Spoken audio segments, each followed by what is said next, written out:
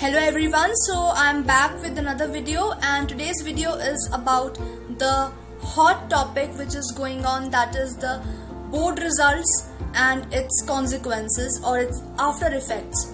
So finally the board results are out, and the aspirants, the students which are looking forward for their university or college admissions after the board results are out.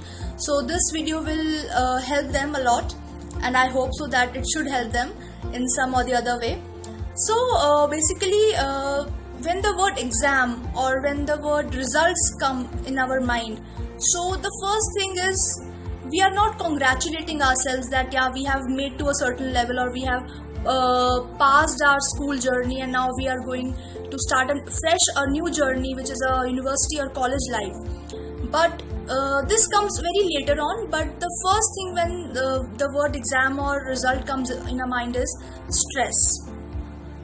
So a lot of stress is there, and it is not just because of the ones who have given the exam or who were in that particular situation.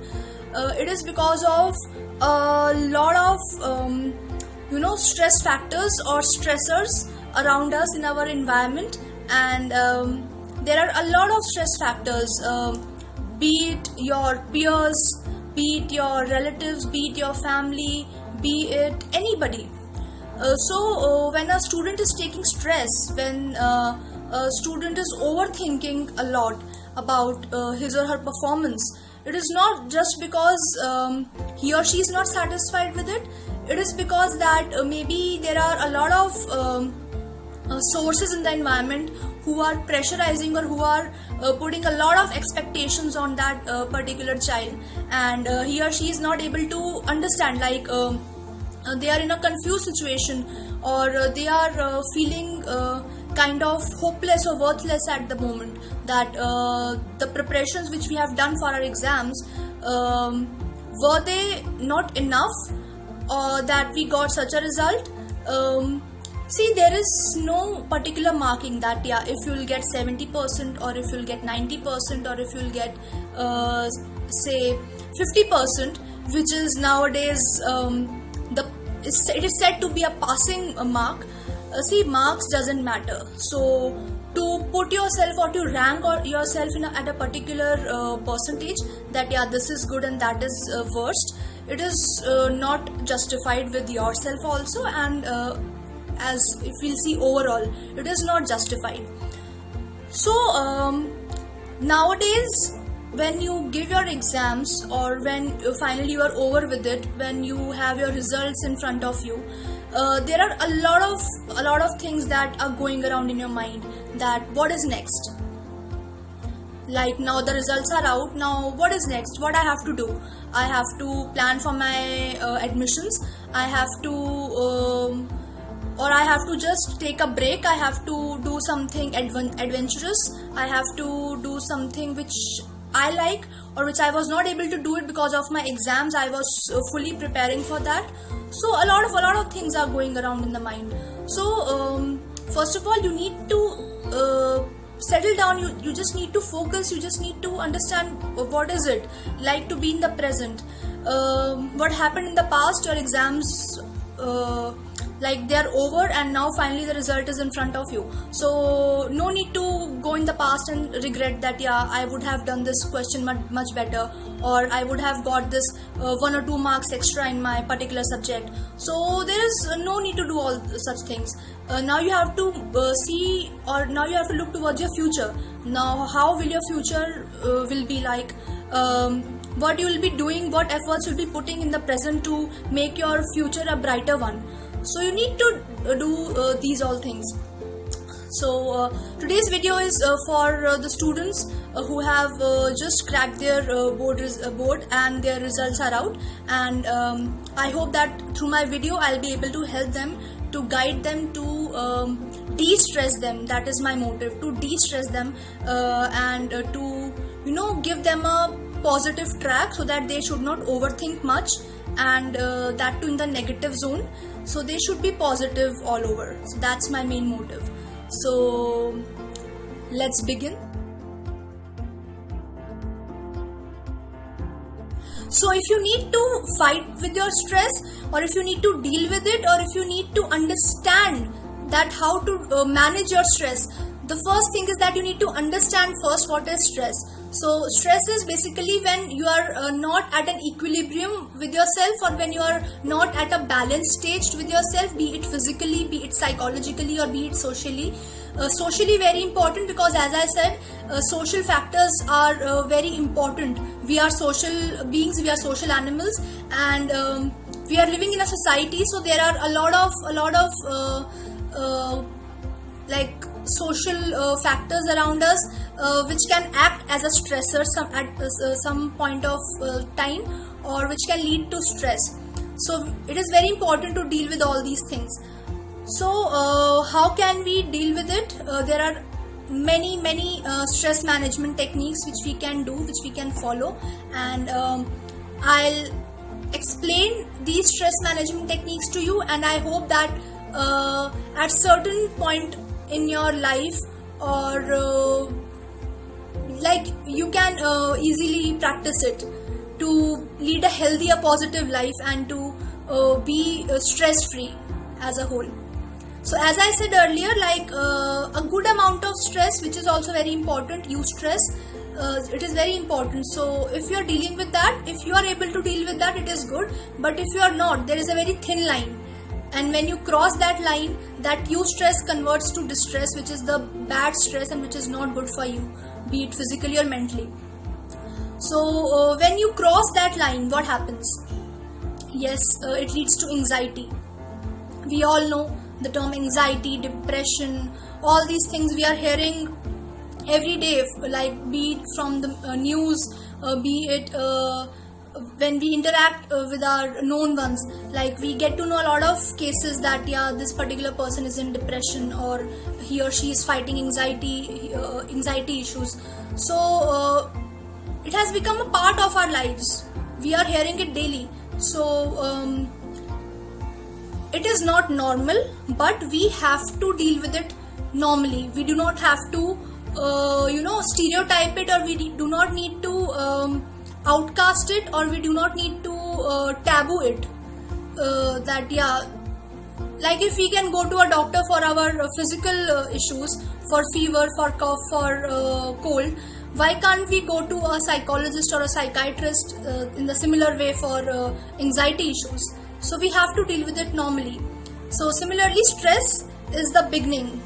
Stress is a cause, and it can lead to negative consequences like anxiety, depression. So how can we stop it to go to that level? We have to work at the crux, at the base. Then only we'll be able to stop that. So as I said, stress management techniques will help you deal with it. So we'll discuss few stress management techniques in this video. Okay, so there are few stress management techniques which will help you deal with your stress and to overcome with it. So the first one is spa. If you love to groom yourself physically, it is the best thing. Go for it, pamper yourself, and you will be in a stress-free situation. Next one is exercise. It helps you to keep your body fit. It keeps your mind fit. So you should keep it as a regime. Then comes hobby. We all have a certain kind of hobby, be it dance, be it music, be it art, anything. So just pursue your hobby and divert your mind from a negative zone to a positive one. Then comes yoga and meditation. These two things are very much in common, like a common thing to do to be stress free, to manage your stress. So you can practice it. Then comes nature.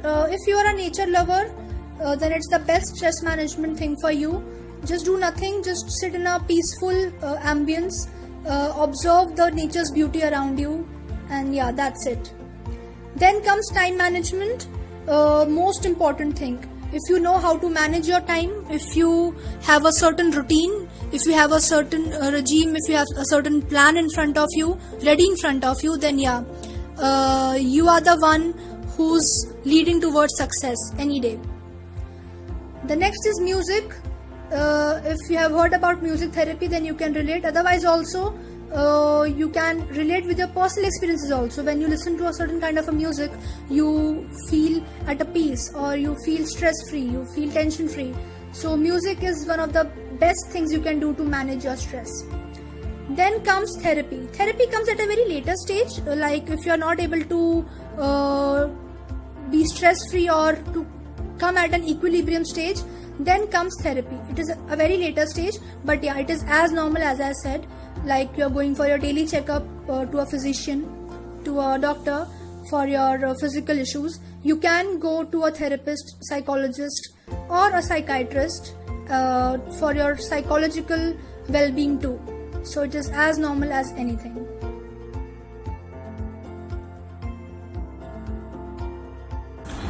Okay, so now I'll start with where I began from, and that is about the CBSE board results and its after effects. So I have my brother Lavnish with me, and he gave his 12th boards and the results came out, and now he's preparing for his entrances and his future admissions. So it is the best, like we have a live example in front of us, and he'll share his experiences, like what went through, like when he was preparing for his boards, and then when his results came out, what was his mental and physical state at that moment, and what will happen, and now what he's doing for his future things, like how he's preparing for all that, and how he's dealing with things, like how he's dealing with things in a stressful way or in a stress-free way that he'll only tell. So yes, Lavnish, and thank you for featuring on my video. So please tell the people who are watching you or listening to you that how was your experience while you were preparing for your boards, and then I'll ask you about your results also. So please. So during the boards I was very stressed out, because obviously there's immense amount of pressure on you that you have to perform really good, and everyone, my teachers, my parents, they all had expectations from me. So yes, I was stressed out, but at the same time I was focused on what I was supposed to do, that is to study and study hard, and that's what I was doing during the exams. And while preparing for the exams, I used to listen music, I used to play video games, so that I can get a little break from what I am doing, and that really energized me to perform better. And yeah, it was a mixed experience during the exams. There were some days when I feel very stressed out, and there were some days when I feel like I have to kill it today, I have to study more, study hard, and some days I just decided to take a break and do nothing, and that's perfectly fine. There's no harm in it. You can take rest some days, but whenever you study, you have to make sure that you give your 100%. Okay, so that's great. Like I'm proud of you that you have that mentality towards your life. So okay, so that was your regime, or that was the way that you handled your board exams. But then when you were waiting for your results and finally like the results were out, what was your reaction, and what was going in your mind? Yeah, so I was stressed out, because it all happened very quickly. The news came that results are out, and I was very excited and nervous at the same time. So all my exams went well, just a few errors I made in physics, and I was very stressed about the physics exam. But when the result came out, it was completely opposite. I scored 91 in physics, and I was completely amused. I didn't knew what has happened to me, and yes, I scored 90% in PCB, and it was a very great moment for me. I was very, very happy, and the hard work which I made during the exams, it paid. So yeah, I was very happy. Great. So like were you expecting such a result, like when you were preparing for your exams, or when you had given your exams at that moment, were you expecting that you will be scoring such a good result or such a mark? Well, I was confident in some subjects like bio, psychology, chemistry. I was confident about these subjects, but the only subject which I thought that I will not manage to score good marks was in physics, because the paper didn't go well with me. But CBSE marking scheme and the leniency in their marking, it all. And your effort also, Yes. no doubt in that. Yes, effort also. But yes, the exam was very tough, so all students protested that we should get grace marks, and probably that helped me to score more in physics. But I never thought that I would score in 90s in physics. Okay, great, Lavneesh. So, like you shared your board experiences with our viewers, but I'd just like to ask you one thing that do you think that marks matter? Like, I'm not doubting anybody's capabilities. Each and everyone has their own way of performing. But do you think, like personally, do you think that marks matter? According to me, yeah, marks do matter in some cases. Like if you have to apply in a course which requires your merit marks, so in that case marks matter. While in some universities they conduct an entrance exam, so they don't ask for a 12th board exam percentage. So in that case marks doesn't matter. So it's a very mixed situation for everyone. It depends on what course you are going to apply and what are the requirements of that course. So yes, in some cases marks matter, and while in other cases the marks do not matter. Okay, so if I'll ask you personally, what are your future plans? Like now your result is out, so what are you planning for? What are your future aspects? I'm preparing for medical entrance exam NEET, which is going to be held in September, and so that's my primary aim. But I do have some backups, like physiotherapy. I've also applied in physiotherapy, and in some BSc courses also I have applied, like BSc microbiology and BSc food technology. Yes, so it's very important to have a backup option, because you are not sure that you will get selected in a particular university or in a particular course. You are never sure, and so it's very important to have a backup option ready. If plan A fails, then you can go to the plan B. If plan B fails, then you can carry on with plan C. So it's very important. Okay, great. So like as Lavneesh said, it is very important to keep a backup option. So like the topic of today is about stress. It is about stress and stress management. How can we manage our stress? So this is one of the main things, that if you have a plan ready with you, if you know that what you have to do, what you have to go for in your future, so then and there only you are like solving half of your problems or half of your stress. So it is very important to always be ready, and one should not regret, right? One should not regret their decisions.